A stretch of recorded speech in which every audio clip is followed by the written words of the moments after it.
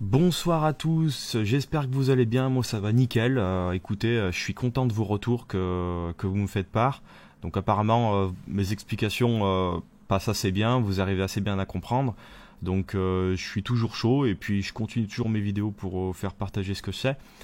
Cette fois je vais vous faire quelque chose d'un peu compliqué, vu que ce sera quand même pas mal de théorie, pas trop de pratique pour l'instant. La pratique j'espère la faire d'ici 2 mois je pense. Donc je vais vous montrer un peu comment est foutu physiquement un ordinateur. Parce que les gens, quand ils ouvrent un ordinateur, si je leur demande de changer un composant, ils seront perdus quoi. Voilà, ils n'arrivent pas à décortiquer les composants comme il faut, puisqu'ils ne savent physiquement pas comment ils sont. Donc on va voir ça ensemble. On va regarder sur cette photo. Donc qu'est-ce qu'on peut voir? On peut voir que déjà j'ai un boîtier, hein. Un boîtier avec un ventilo là, un ventilo là, un ventilo là. Ici, ce sera l'alimentation. L'alimentation générale, elle est en bas, très souvent en bas, avec toutes les connectiques qui partent d'alimentation. Des fois, sur des vieux PC, elle peut être en haut, mais maintenant, elle est en bas. On peut voir que j'ai pas mal de composants ici. Alors, on va essayer de regarder ça. La grosse carte qui est ici, de cette manière en longueur, ça risque d'être très souvent votre carte graphique, voire même quasiment toujours. Voilà. C'est une carte graphique avec les connectiques qui sont liées à l'alimentation après en dessous. Vous avez cette grosse partie là, c'est ce qui sert à refroidir le processeur, qui est juste en dessous d'ailleurs. Voilà. Donc très simple, hein. Au final on a déjà vu deux composants qui bloquent quand même assez la vue, mais on a déjà presque fini. J'ai ici deux barrettes, ça c'est les barrettes de RAM, hein. Donc ça doit vous parler en général. Et derrière, tout ce que je mets dessus, en fait, c'est sur une carte mère. En fait, c'est très simple. Donc j'ai une carte mère sur laquelle je mets un processeur, deux barrettes de RAM, une carte graphique, avec le ventirad hein, qui va là.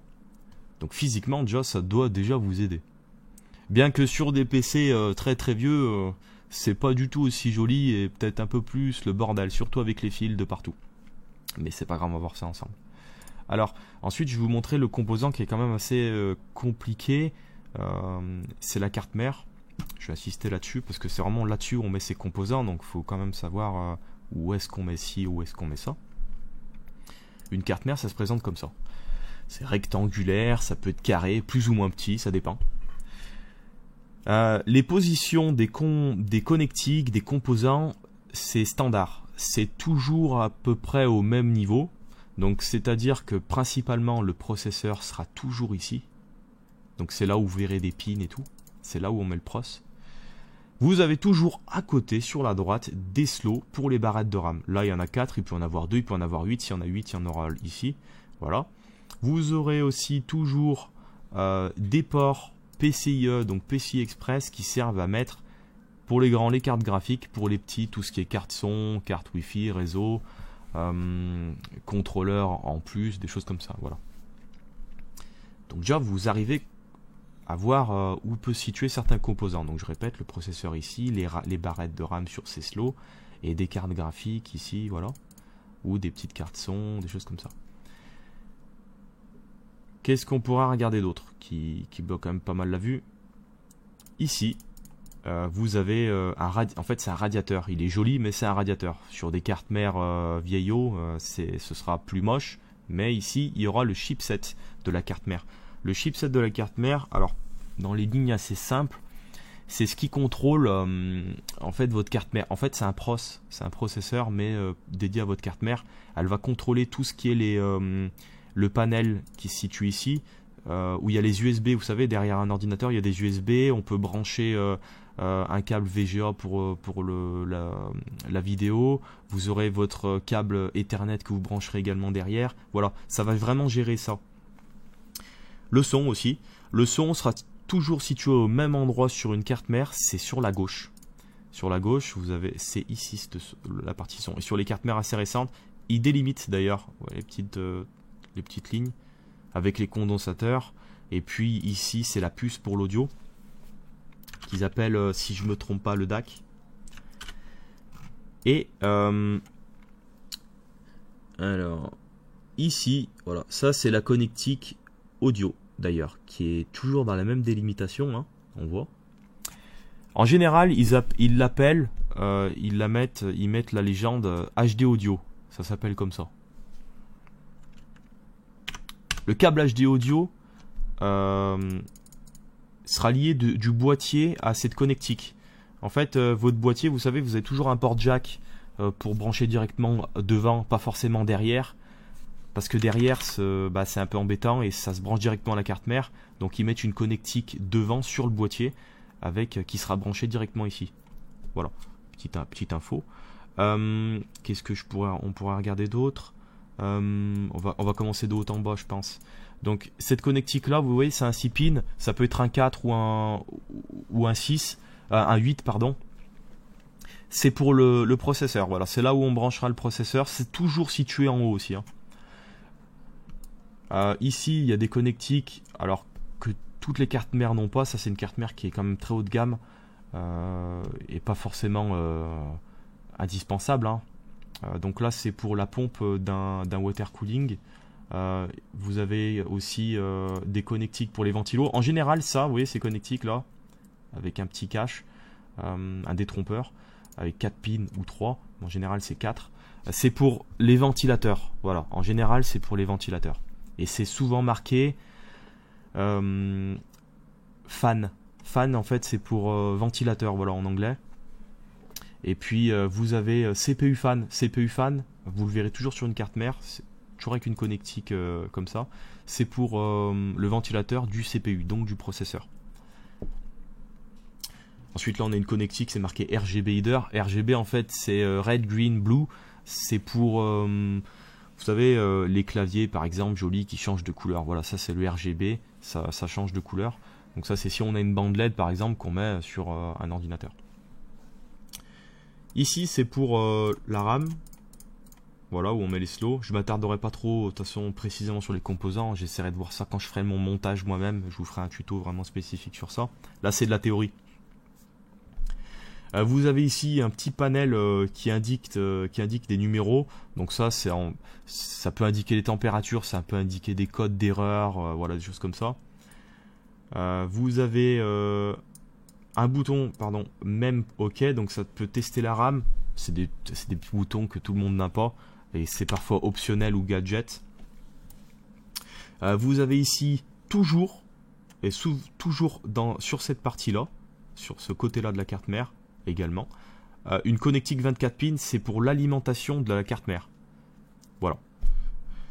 Vous avez là, j'ai une connectique eSATA. Bon, j'en parlerai pas, toutes les cartes mères n'en ont pas et puis c'est pas forcément utile.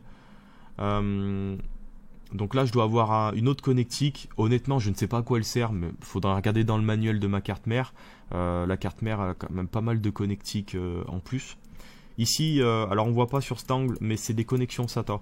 Connexion SATA, c'est standard. Le SATA, c'est standard. C'est ce qui transfère les données, donc d'un disque dur par exemple, ou d'un lecteur DVD. En général, on ne branche, sans me tromper, oui, que des disques durs, et des lecteurs DVD. Voilà. À part si j'ai un oubli de ma part, mais grosso modo, c'est ça.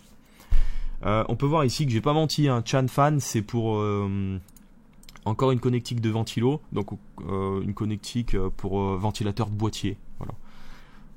En général, ils appellent ça soit Chan Fan, alors je dis Chan, c'est Chan Fan ou 6 Fan. Voilà. Encore des connectiques ici pour le water cooling, bon, optionnel. Qu'est-ce que j'ai ici? Voilà, ça c'est important.